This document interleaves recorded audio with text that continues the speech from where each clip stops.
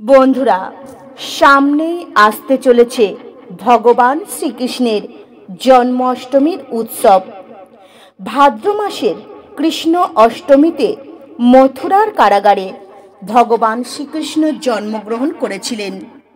সেই পুণ্যতিথিকে স্মরণ করে দেশ জুড়ে পালন করা হয় জন্ম অষ্টমী। শুধু মথুরা নয়, শ্রীকৃষ্ণের লীলাক্ষেত্র বৃন্দাবন এবং দ্বারকাতেও এই জন্মাষ্টমীর উৎসব পালন করা হয় অত্যন্ত ধুমধামের সঙ্গে। এরই সঙ্গে বাংলার প্রত্যেকটা ঘরে পালন করা হয় বালগোপালের পুজো। তো বন্ধুরা, চলুন আপনাদের জানাই 2024 সালের জন্মাষ্টমীর সঠিক সময়সূচি এবং জন্মাষ্টমীর দিন কোন কোন খাবারগুলো ভুল করেও মুখে তোলা উচিত নয়, অর্থাৎ খাবেন না। বন্ধুরা, ভিডিওটির মূল বিষয়ে প্রবেশ করার আগে আমার সকল বন্ধুদের কাছে অনুরোধ রইল, আপনারা ভিডিওটি প্রথম থেকে শেষ পর্যন্ত মনোযোগ সহকারে দেখবেন। আর ভিডিওটি দেখে যদি আপনাদের ভালো লাগে তাহলে একটি লাইক করে দেবেন, আর কমেন্টে জয় শ্রীকৃষ্ণ রাধে রাধে লিখতে কখনোই ভুলবেন না। আর আমার চ্যানেলে যদি নতুন বন্ধু হয়ে থাকেন, চ্যানেলটিকে সাবস্ক্রাইব করে পাশে থাকার অনুরোধ রইল। বন্ধুরা, আপনারা জন্মাষ্টমীর ব্রত করুন বা নাই করুন, এই খাবারগুলো যদি ভুল করেও খেয়ে ফেলেন তাহলে সারা জীবন আপনাদেরকে রোগ ব্যাধি, দুঃখ, কষ্ট, জ্বালা যন্ত্রণা ভোগ করতে হবে। বন্ধুরা, এই পবিত্র ভাদ্র মাসের কৃষ্ণপক্ষের অষ্টমী তিথি এবং রোহিণী নক্ষত্রে ভগবান শ্রীকৃষ্ণের জন্মাষ্টমীর উৎসব পালন করা হয়। শাস্ত্রমতে এই ভাদ্র মাসটি হল অত্যন্ত পবিত্র এবং গুরুত্বপূর্ণ একটি মাস, কারণ এই ভাদ্র মাসে এই ধরাধামে ভগবান শ্রীকৃষ্ণ জন্মগ্রহণ করেছিলেন। ভগবান শ্রীকৃষ্ণ হলেন ভগবান নারায়ণের অষ্টম অবতার। তো বন্ধুরা, চলুন এবারে আপনাদের জানাই 2024 সালের জন্মাষ্টমী কবে পালন করতে হবে। বন্ধুরা, এই বছর দুইটি মতে জন্মাষ্টমী পালন করতে হবে। শাস্ত্রীয় মতে বাংলার 9ই ভাদ্র 1431 বঙ্গাব্দের এবং ইংরাজির 26শে আগস্ট 2024 সোমবার জন্মাষ্টমী পালন করতে হবে। আর গোস্বামী মতে 10ই ভাদ্র 1431 বঙ্গাব্দের ইংরাজির 27শে আগস্ট 2024 মঙ্গলবার। বন্ধুরা, অষ্টমী তিথি আরম্ভ হচ্ছে বাংলার 9 ভাদ্র 1431 বঙ্গাব্দের সোমবার সকাল 8টা 36 মিনিটে। আর এই জন্ম অষ্টমী তিথি সমাপ্ত হবে বাংলার 10ই ভাদ্র 1431 বঙ্গাব্দের মঙ্গলবার সকাল 6টা বেজে 49 মিনিটে। বন্ধুরা, গোস্বামী মতে বাংলার 10ই ভাদ্র 1431 বঙ্গাব্দের ইংরাজি 27শে আগস্ট 2024 মঙ্গলবার জন্মাষ্টমীর ব্রত উৎসব পালন করতে হবে। বন্ধুরা, যাদের জীবনে দুঃখ কষ্ট সর্বদাই লেগে রয়েছে, নানান দিক থেকে সমস্যায় ঘিরে ধরেছে, অশান্তিতে জীবন কাটছে, সেই সকল বন্ধুরা আজকের এই ভিডিওটি অবশ্যই মন দিয়ে দেখবেন। যে সকল বন্ধুরা এই সমস্যায় ভুগছেন তারা অবশ্যই এই জন্মাষ্টমীর পবিত্র দিনে আপনারা আপনাদের বাড়িতে বা যে কোনো ভগবান শ্রীকৃষ্ণের মন্দিরে গিয়ে ভগবান শ্রীকৃষ্ণের পূজা পাঠ করবেন। মন থেকে নিষ্ঠা ভক্তি সহকারে তাকে ডাকবেন। দেখবেন বন্ধুরা, ভগবান শ্রীকৃষ্ণের আশীর্বাদে আপনাদের জীবন সুখ, শান্তি, সমৃদ্ধিতে ভরে উঠবে। আমার প্রত্যেক বন্ধুরা অবশ্যই কিন্তু ভগবান শ্রীকৃষ্ণের কৃপা লাভ করবেন। বন্ধুরা, ভগবান শ্রীকৃষ্ণের কৃপা পেতে, আশীর্বাদ পেতে আমরা প্রত্যেকেই কিন্তু চাই। তাই আমরা যদি মন থেকে ভগবান শ্রীকৃষ্ণকে বিশ্বাস করি, তাকে মানি, নিষ্ঠা ভক্তি সহকারে প্রত্যেক দিন তার পূজা পাঠ করি, অবশ্যই ভগবান শ্রীকৃষ্ণের কৃপা আমরা লাভ করতে পারব।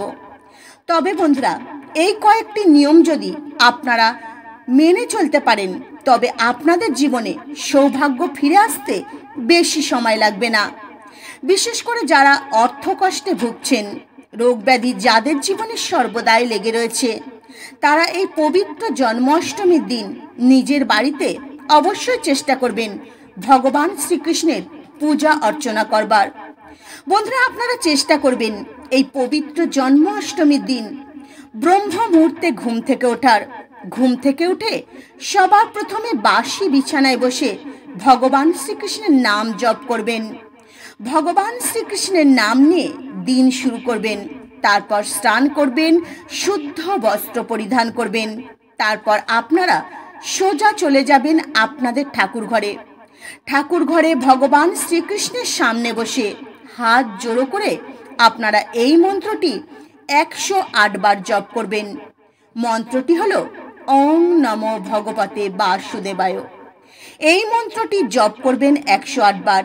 এই মন্ত্রটি ভীষণই শক্তিশালী একটি মন্ত্র। এই মন্ত্রটি একনিষ্ঠভাবে যদি জপ করতে পারেন তো আপনাদের জীবন থেকে সমস্ত প্রকার নেগেটিভ এনার্জি বিদায় নেবে, আর আপনার জীবনে পজিটিভ এনার্জি অর্থাৎ শুভ শক্তি প্রচুর পরিমাণে আগমন ঘটবে। বন্ধুরা, চলুন এবারে আপনাদের জানাই জন্মাষ্টমীর দিন কোন খাবারগুলি ভুল করেও মুখে তুলবেন না, অর্থাৎ খাবেন না। এই খাবারগুলি যদি আপনারা ভুল করেও খেয়ে ফেলেন এই জন্মাষ্টমীর দিন, তো আপনাদের জীবনে ঘোর অমঙ্গল নেমে আসবে। চারিদিক থেকে বাধা বিপত্তি আপনাদেরকে ঘিরে ধরবে। আপনাদের জীবনে রোগ ব্যাধি সর্বদাই লেগে থাকবে।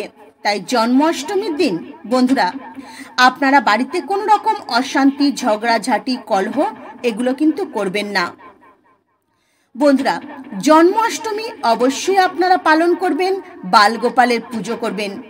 যারা জন্মাষ্টমীর ব্রত পালন করবেন বা গোপাল পূজা করবেন, বা যারা জন্মাষ্টমীর ব্রত পালন করবেন না, গোপাল পুজো করবেন না, তারাও কিন্তু এই জন্মাষ্টমীর দিন ভুল করেও কোনো রকম আমিষ আহার মুখে তুলবেন না।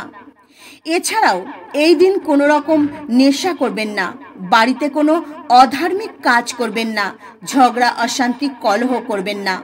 এগুলো যদি জন্মাষ্টমীর দিন আপনারা বাড়িতে করেন তো আপনাদের বাড়িতে ঘোর অমঙ্গল নেমে আসবে। দুঃখ কষ্ট আপনাদের জীবনের নিত্য সঙ্গী হয়ে উঠবে। দুঃখ কষ্ট আপনাদের পিছু কিছুতেই ছাড়বে না। যে সকল বন্ধুরা ভগবান শ্রীকৃষ্ণের ব্রত পালন করবেন, পূজা করবেন, তারা জন্মাষ্টমীর পূজার আগে ভুল করেও তালের খাবার খাবেন না। যেমন তালের বড়া, তালের বিভিন্ন রকম খাবার হয়, সেগুলো কিন্তু খাবেন না। কারণ বন্ধুরা, ভগবান শ্রীকৃষ্ণের ভোগে তালের বড়া এবং তালের তৈরি বিভিন্ন রকম খাবার অর্পণ করা হয়। কারণ ভগবান শ্রীকৃষ্ণের তালের বড়া অত্যন্ত প্রিয় হয়। তাই জন্মাষ্টমীর দিন ভগবান শ্রীকৃষ্ণের প্রিয় তালের বড়া, তালের তৈরি বিভিন্ন রকম খাবার ভগবান শ্রীকৃষ্ণের ভোগে অর্পণ করবেন। পূজার শেষে সেই ভোগ আপনারা অবশ্যই গ্রহণ করবেন। তালের বড়া বা তালের তৈরি যে কোনো ভোগ আপনারা গ্রহণ করবেন। ব্রত শেষ হওয়ার পর পূজা পাঠের শেষে অবশ্যই আপনারা তালের বড়া খাবেন, তালের তৈরি বিভিন্ন রকম খাবার খেতে পারেন, এতে কোনো সমস্যা নেই। বন্ধুরা, জন্মাষ্টমীর দিন ভুল করেও নারকেলের তৈরি কোনো খাবার মুখে তুলবেন না। বন্ধুরা, এই নিয়মগুলি যদি আপনারা একটু পালন করে চলতে পারেন তাহলে আপনাদের জীবনে থাকবে কিন্তু ভগবান শ্রীকৃষ্ণের অসীম কৃপা ও আশীর্বাদ। শরীর থাকবে সুস্থ, মন থাকবে ভালো, প্রত্যেকটা কাজে সফলতা অর্জন করতে পারবেন, জীবন আনন্দ খুশিতে ভরে উঠবে। তো বন্ধুরা, আজকের মতো ভিডিও এই পর্যন্তই। আপনারা ভালো থাকবেন, সুস্থ থাকবেন। নমস্কার। হরে কৃষ্ণা।